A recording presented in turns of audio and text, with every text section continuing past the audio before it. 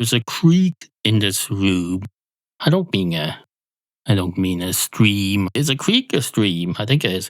I only know about creeks from the show I Shouldn't Be Alive. Some fella fell into a creek. He got his legs stuck under a huge boulder up in the mountains in some creek somewhere. The other fella had to go off and get help, and they were worried that the creek would fill up with rainwater. So I presume a creek is some sort of a stream that's not always full of water. It dries up sometimes. Is that it? Is it like that thing on Terminator 2? Well, I suppose that's more of an artificial creek. On the movie Terminator 2, Arnold Schwarzenegger's character, who isn't really a character, he's not a real person at all. Arnold Schwarzenegger is playing a prop. He's playing part of the sceneries. An inanimate computer that's being made to imitate people. So he's not acting in it at all. It's even less significant than being an extra in a movie. He was playing a computer. Like if I played a Hoover in an episode of Dallas, no one would say, oh, look, there's someone playing a vacuum cleaner. I wonder who he is. People who like to be extras. Is there another level down where you can play props instead of the company having to have paid promotions? If you want a robot or a computer on your TV show, a lot of the time you'll get a thing that has a big Apple symbol on it, and that'll be a paid promotion. Someone will sponsor it. Your man in Criminal Minds is sitting at his desk planning a murder, and you can see the huge illuminated Apple logo on the back of his computer, and people go, he's got an Apple computer, I think I'll get one of them. It's like that. So Arnold Schwarzenegger in Terminator 2, he played a machine. He wasn't playing a character. He wasn't even an extra. He was playing a machine. Now, admittedly, he expanded the role and it became a big deal. He made the most of it. He ended up being president of California. Anyway, the creek in Terminator 2, there's Arnold Schwarzenegger's non-character who's a machine, and the kid who's going to grow up to run World War III against the robots or something. They're on a motorbike being pursued, something like that. And they're going along what I might call a creek. Maybe it's not. It's some sort of a drainage thing. Like an empty canal along by a road. They're driving along like it's some sort of weird cycle lane. And that's some sort of a creek, isn't it? An artificial creek. It's like the way a canal is a river. We all know a canal isn't really a river. And an artificial creek is not really a creek. But that's a bit like what a creek is. Say I was a teacher in the inner city where the kids have never seen a zebra except in the zoo. And you bring them out to see farm animals and they're all going, oh, I've never seen a cow. I didn't know they grew them. I thought they were made in a factory on a conveyor belt. You'd have to do the same thing for creeks and rivers. No child who grows up in the inner city has ever seen a river. All they've seen is canals. Living in inner city Dublin, you do have the River Liffey going right through the middle, but say if you live more than half a mile from the city centre, there's a canal that goes across the top of the city, and there's a canal that goes across the bottom of the city. There's a good chance the first few years of your life, before you're allowed to go into town on your own, the only river you see is either the Grand Canal or the Royal Canal. Those canals also run out of Dublin and down the country. One of those canals flows through Athy. I used to live nearer to the canal in Athy than to the river, so I suppose there's that. If I went out of my house in those days and said, I want to go and see a natural waterway, I'd make my way down to the river, which admittedly wasn't very far. It was about 20 minutes walk. About 7 minutes before I get to the river, I cross a canal. And that would distract me. I'll say, I don't need to go to the river. I have a canal right here, almost within my neighbourhood. Anyway, if you're a kid living in the city, there's a good chance that you've never seen a natural creek. You've never seen a cow. You've never seen a zebra except in the zoo. Well, I suppose that's a real zebra. So at least you get to see a real zebra. But you don't see a real creek. You see a creek that may well be part of the sewage system indirectly somehow. I lived in a place called Bray when I was a teenager. I lived near the beach and there was some sort of outflow pipe that went onto the beach. It came out from underground and came onto the beach. A big opening of a pipe. You could go and play in that. And I thought that was part of the sewerage system. There was a sewage processing plant built on the outskirts of Bray a few years later. A big white corrugated iron looking thing. It kind of looked like one of those historic Martello towers, except it doesn't look like that at all. Like a similar shape but is made of ugliness.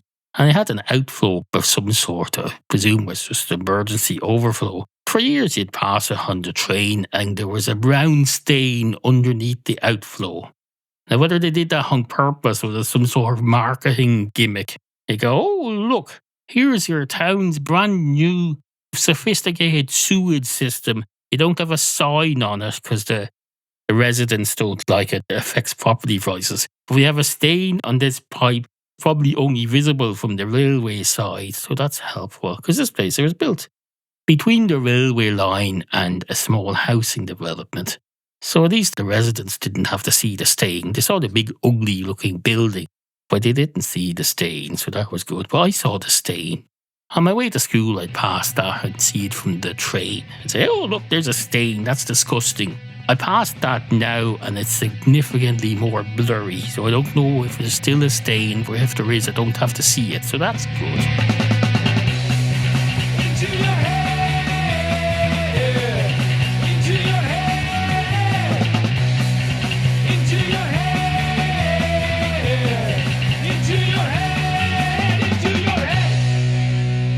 If you're listening to this on a walking school bus, I'd like you to try the following experiment, please. If you don't mind, and if duties permit, don't let me distract you from your driving.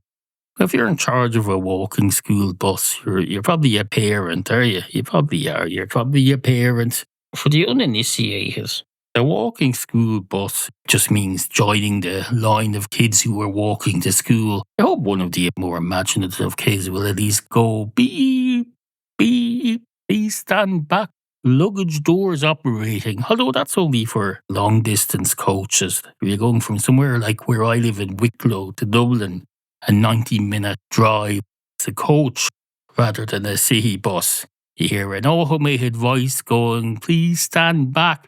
Luggage doors operating, because they're afraid the luggage door will hit you over the head and kill you.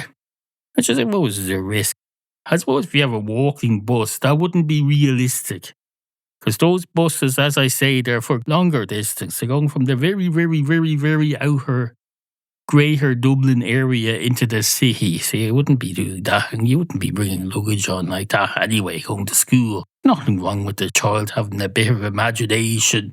Why not? Why not encourage it? Maybe have themed days. You can say on Thursdays we do a long distance coach style. Wednesdays we pretend we're on a car ferry. I suppose you have to bear in mind that this is probably being run by a volunteer parent.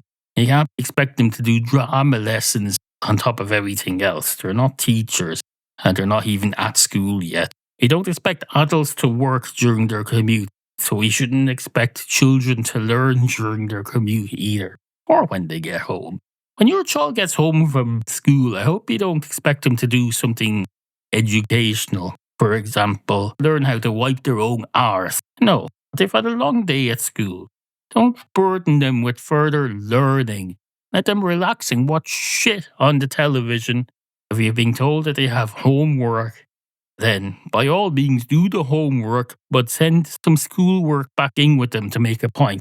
If you're unhappy with your teacher giving you too much homework, just send in a bowl of potatoes to be peeled in school, perhaps. I know what you're thinking there. You're thinking a child can't be peeling potatoes. That's dangerous. That involves a sharp blade. It's even more dangerous at home. There's no teacher there to supervise. You want your child just going around peeling potatoes all over the house as if it's just, no, that's not it. Your child shouldn't be learning anything at home because you are not qualified to teach a child. Your house isn't an institution of, unless you're homeschooling them, of course. In which case, I stand corrected. You probably know more about teaching than I do. That's perfectly fine. You're the expert. You're probably homeschooled yourself, were you? You probably were. Or else you think you were.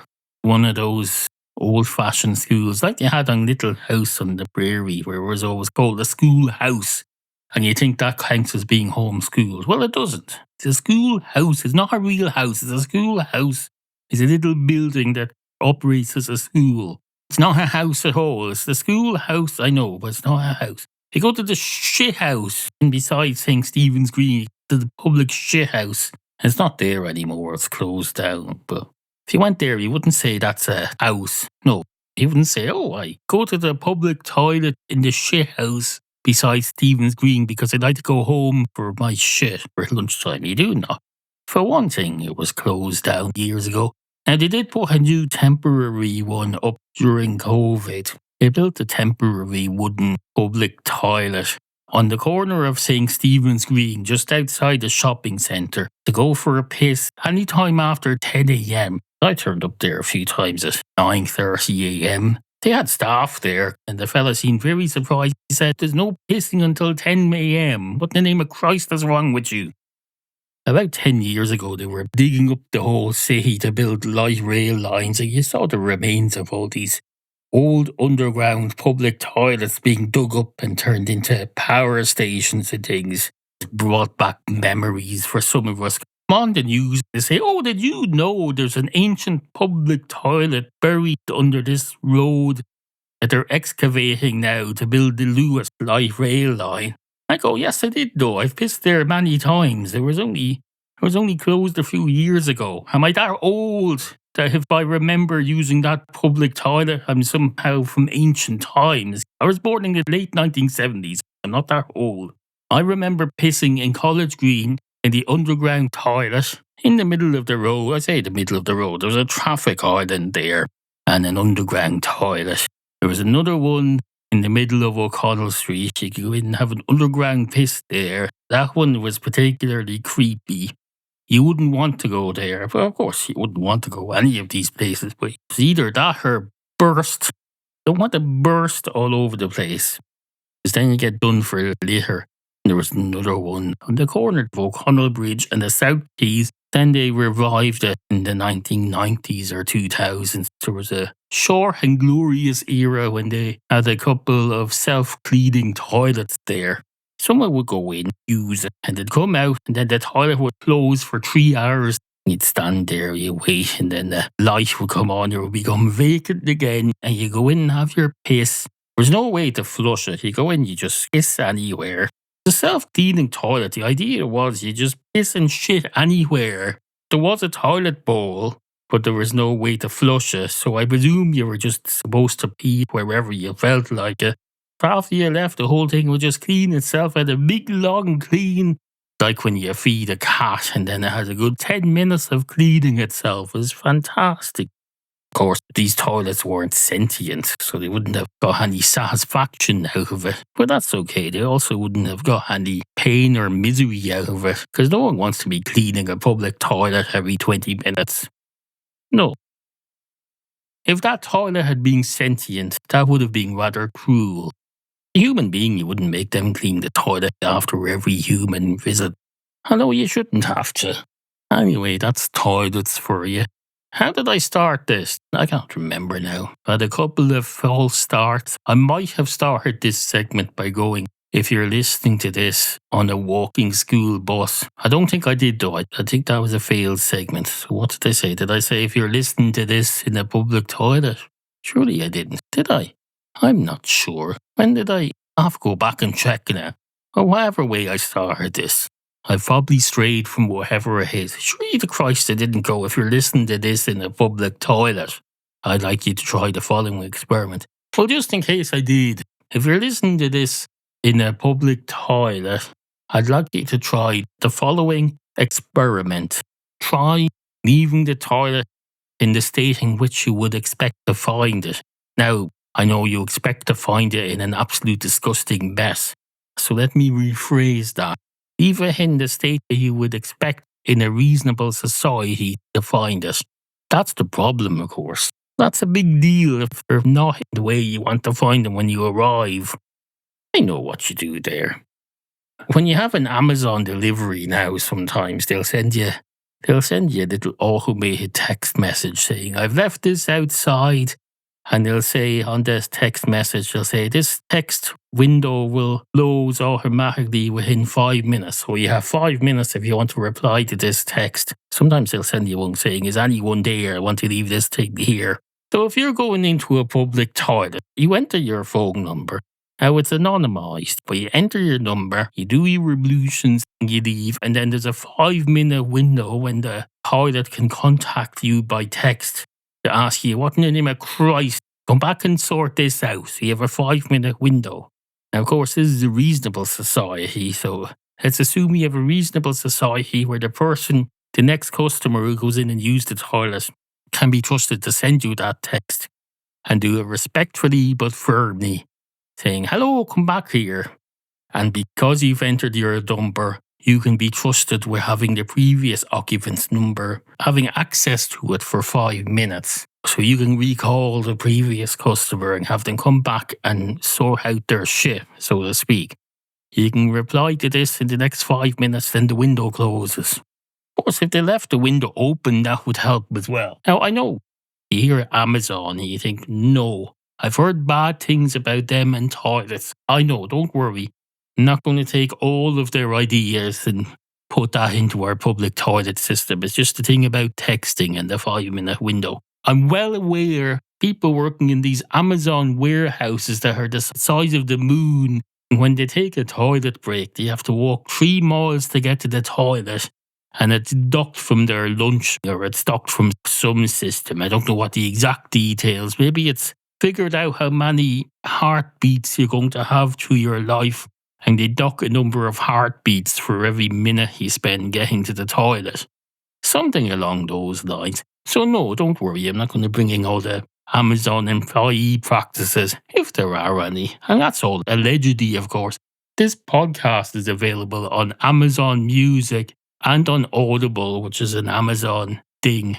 So if you're listening to this and you're a fan of either Amazon or Audible, don't worry.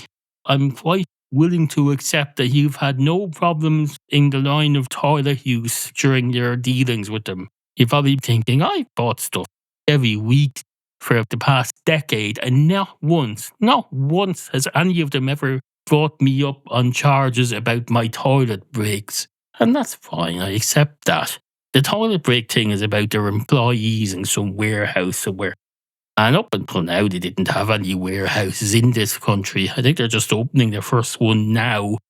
And this is a small island nation, something like 200 miles in width. Any warehouse that they set up in this country can't be more than a couple of 100 miles in width. In height, maybe 300 or 400 miles. That's not really the height, though. We all know that. You're looking at a map that's stuck to the wall. You think, oh, that's the height of Ireland. It goes from there to there. It's vertical. Then across the way. No.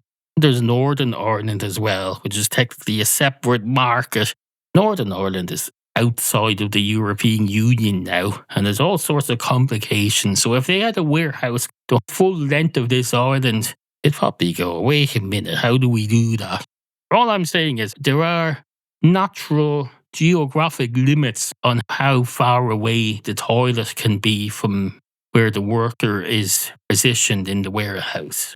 That'll help them somewhat. Imagine if you're working in a fucking Amazon place in the United States. It's 3,000 miles across from west to east.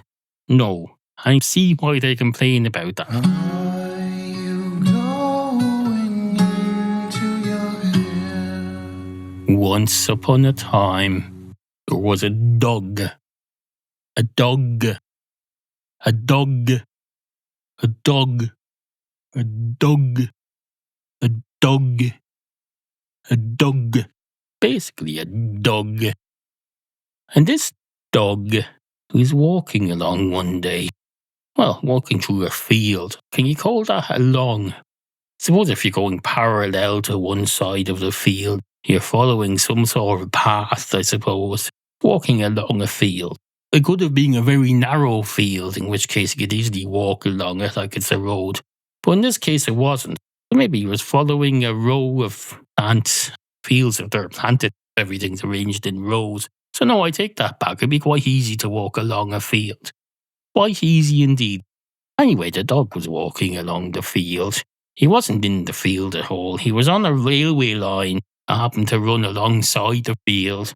This railway line was at one point part of the field. It was subject to a compulsory purchase order, so they bought a strip of the field and turned it into a railway line.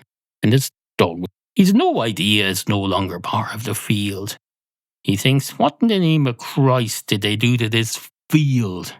His farmer, he's put a couple of metal things along it, a load of stones with oil dripping all over them for some reason. These two parallel tracks going along here.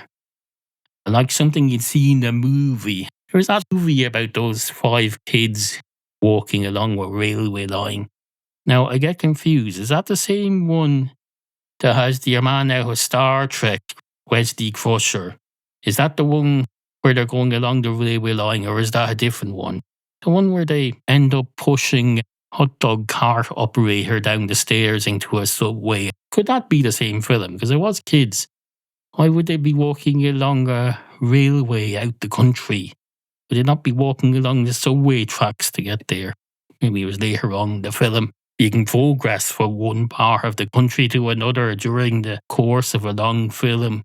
And The Walking Dead, they started off in the middle of a city, on the roof of a building in the middle of a city, and then they ended up the mountains somewhere. They ended up out country. Some of them ended up the other side of the country. Some of them in a spin-off ended up in a yacht. A yacht. How do you say it? Do you say yacht? That type of boat that starts with a Y and ends in T. I know how to say it, I'm just not able to. A yacht. A yacht. It's a yacht. Some of those letters are silent, but I don't know which ones. Which ones of those letters are silent? A yacht. Surely it can't be yacht. It can't be yuck, surely. The more I say it, the more stupid it sounds. Suffice to say, the first spin-off of The Walking Dead, about half of that season at least, they spent on one of those private boats going from California or somewhere down to Mexico or somewhere. So yes, they got around a bit during The Walking Dead. But that wasn't a movie. That was a couple of 100 hours of television, much of it unwatchable from the last few years. So no, that film where the kids were walking along the railway line, surely they didn't start down the middle of nowhere, go along some railway line and end up in the middle of a city and a subway. They were out on the street. They weren't on the subway line. They were out on the street. The hot dog vendor was on the street too. He wasn't in the subway station, so they hadn't come along the tracks. In fact, they were moving towards the tracks, really. They pushed this fella down. I don't know. Did they arrive along an intercity railway and then come up and walk around the streets a bit and they say, oh, look, there's a subway. Why didn't we come up to the subway? Does that not connect to the intercity rail system? Maybe we should have checked before we came up. I suppose when you get off the mainline train, unless you know that there's a subway station under that, you're not going to look. You're just going to go straight out onto the street and walk wherever it takes you. You're probably not very familiar with the city. I suppose there's that. Or maybe I am getting two films confused entirely. I don't know. Is there one called Stand By Me? And there's one that has Robert De Niro as a priest trying to defend the kid who pushed a hot dog vendor down the stairs into the subway or something. I don't know. Anyway, as I was about to say, I had said it in fairness. In fact, I've said it 3 times now. I went, there's a creak in this room. I've intentionally said it a few times because I've noticed lately my Ks are getting a bit much. You don't hear them because I deal with them before you get to hear them. So when I said there's a creak in this room, I say it several times because I don't want the first sentence of a segment to be me going. Suffice to say, in that silence, there was a thing that you don't need to hear. You wouldn't want to hear. I don't say you don't want to hear because you've no idea whether you want to hear. I've decided for you. It's like when a waiter decides, I'm not going to put salt out. They don't want that. I suppose it's not really like that, is it? On sitcoms and things, they say, oh, here's your fancy food that the chef has cooked. And someone will ask for salt in a hilarious episode of some sitcom that's been going on for years, the 800th episode. It's all about salt. Someone asks for salt and some chef comes out there. and goes absolutely nuts. Definitely seen this in sitcoms at some point. Some sitcom between the 80s and the present day had at least one episode, probably more. Maybe am I thinking of classic Sesame Street? Back before they had Elmo and all that shit. Classic Sesame Street. Used to be a proper sketch show. You'd have this blue fella called Grover. He'd come out and he'd be a waiter. And you'd have a blue man with a bald patch. He looked like a man in his 50s. You're probably supposed to think, that could be my dad. And it could have been my dad. My dad was in his 50s and he had a bald patch. And he looked a bit like that. He was taller than him. The blue fella who's in all these sketches in Sesame Street. He'd be in restaurants and he'd order some soup. Grover would be the waiter. And you say, waiter, there's a fly in my soup. And there'd be a big long thing about there being a fly in my soup. To teach kids how to spell fly. Or maybe to teach them to watch out for flies in their food. Whatever it is they think they're doing. I know they have regional adaptations of Sesame Street in some third world country where it was very important for kids to check for flies. You're in some famine, it's 100 degrees out, you got some soup that a charity brought along. It doesn't look like much, but at least it's nutritious. Probably some chicken soup. You have to watch that for flies. They teach kids, swat the fly away, or if it's in your soup, hold the waiter. Now, there's probably not going to be a waiter. You're in some famine country. The waiter is probably some hard-working volunteer just trying to save you from dying of hunger. So don't complain or anything. Watch out for flies. Hold on a minute. My cats eat flies. They see a fly. They automatically go, I have to catch that fly. Then they eat it. They're not starving. They have access to food. And they do that by instinct. So why isn't there a child's instinct in a famine country? I'm not sure if you should or not, but remember they had that thing. It wasn't kids in the famine or anything. It was footballers and they crashed in the Andes. They were there a few weeks and eventually they agreed to allow each other to eat their own dead bodies. I say eat their own dead bodies. Each person would eat someone else's dead body. If they did that to survive, and it's quite understandable, I would want to survive too. Your instinct is to want to survive. It's perfectly normal. So why wouldn't a kid in a famine country? I suppose you need the fly to be healthy, so maybe their instincts are good that if there's a fly in the soup, that may be an unhealthy, diseased fly. The cat catches the fly and eats it because that's a healthy fly. It's the middle of winter here. It's the depths of winter. The middle of the hellhole of winter where everything's dead. And my cats are still catching stuff from the bedside light at night. Any insect that's still flying around at this kind of the year is probably super healthy. It's probably the Arnold Schwartzenegger of the fly world. So it's a good instinct to eat that. If that was floating in your soup, it wouldn't be a good instinct to eat that because that fly has died of something. Although, if it was floating in your soup at this time of year, that means that fly has managed to survive until well into winter. Just the decomposition thing, there's that, I suppose. So no, I take that back. And of course, I think I just said the Arnold Schwarzenegger of flies. Arnold Schwarzenegger had a very serious heart condition about 20 years ago. So he's not all that healthy, in fairness. I believe he had a mitral valve replacement. He had that done, so that's not particularly healthy. My father had that and he died. He's not as healthy as people seem to think he is. He's about 90 now as well. So no, the fly is not the Arnold Schwarzenegger of the fly world. And if it is, you don't necessarily want to eat an artificial valve. That could be toxic. They're made of plastic or metal. I think you can get a pig's heart valve as well. You get and instead of getting an artificial one, they can give you a transplant from a pig. Maybe he had that. Eating just gets more and more complicated. I had a gas hob on our cooker until a few years ago. You light it on fire, basically. People go on about gas safety. They say, oh, gas, you have to be very careful with gas. Be very careful with gas, because if you have a gas leak anywhere, that could burn down a whole town.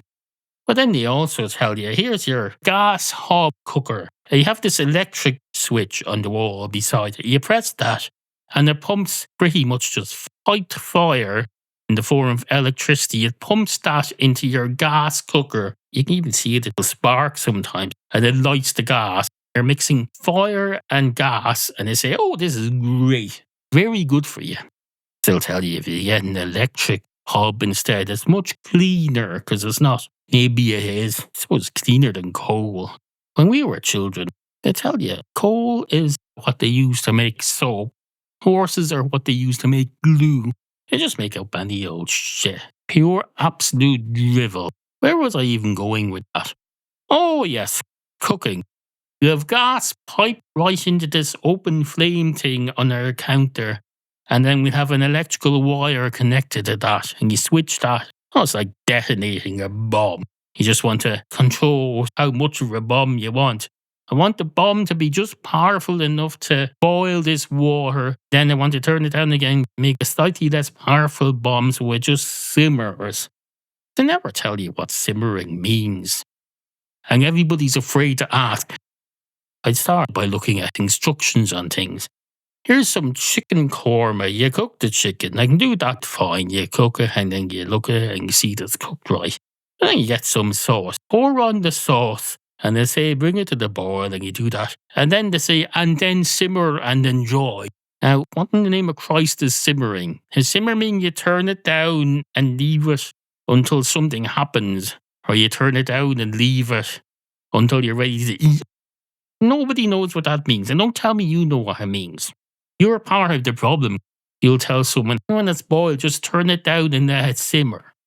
I never say simmer for how long, until what happens, what? And what is simmering? What level is simmering? That's another thing for you teachers. If you're in charge of a child and you're teaching them anything in the modern world, please tell them what the fuck simmering means.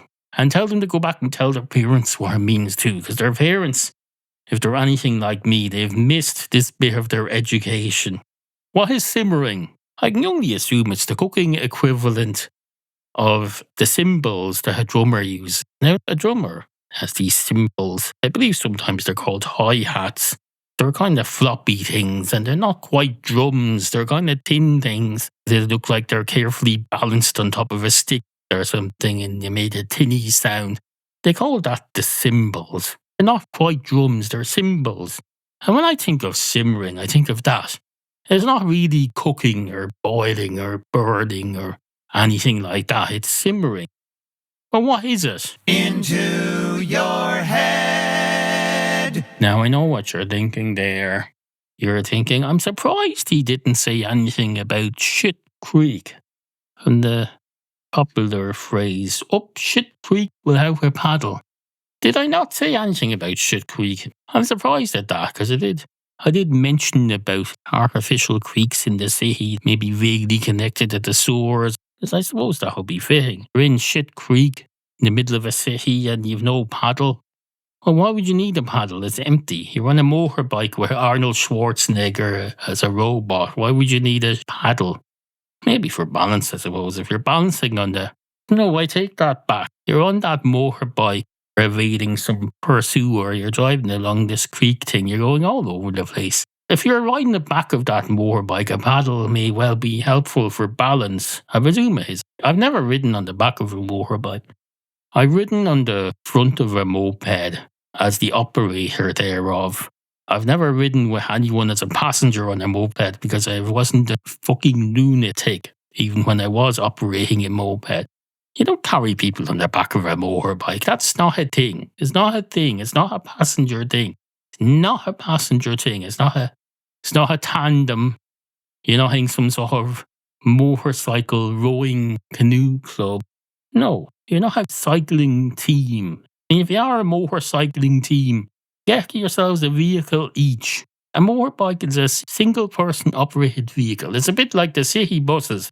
The city buses since the late 1980s have been one-person operated vehicles. They got rid of bus conductors completely. The driver does everything, takes the fares and drives everything. And you're on a little motorbike there and you think there should be two people on that. No. Those buses, some of them carry 70, 80, 90 people. And there's just one fella operating the whole thing. Takes the cash watches the doors, lets people on and off, drives everywhere, shouts at people. He does all that. It's all considered one job. And there's plenty of room to have a second person on board. He could certainly put a second seat up front to have a second person there, but they don't. Because they know that's not necessary. Now, on a motorbike, it's not necessary either, but more than that, it's just bad. You don't want a second person on a motorbike. What are they going to do? They're going to just counteract every move you make. You're going to be turning the bike a bit to the left, and if they're not leading the right way, it all falls apart. Is that right? Maybe it isn't. You turn a motorbike to the left, and someone's on the back of it. Do they have to turn to the left too? Do they have to counterbalance you and turn to the right? How does that work? I don't know. And I don't want to know, because that's a one-person operated vehicle. So stop it. Even if the person on the back is doing the driving, that's not a thing either. That's not a thing. You're not one of those trains where when they're going back the opposite way, the driver is at the back. They used to call them push and pull trains. He'd have the engine at one end. Now did you mention it? I think there were push and pull trains where the locomotive part had a cabin at each end. But when you were going back the opposite way, the driver would go to the other cabin that's at the other end of the engine, but it's still on the back of the train. So he'd be watching the back of the train would be in front of him, and he'd be watching that through his window and open. It'd be like having a car with a very, very, very, very, very long and high bonnet, so you can't see a fucking thing where you're going. And you want that why would you want that on a motorbike? No. If you're riding a motorbike, you don't put someone in front of you as a passenger either. And that's why, because you're not a push and pull train. And push and pull trains were never practical. They never were. Never, ever, ever. They never were. I still haven't said what the creak was that's in the room, that's emanating from this antique chair upon which I'm sitting.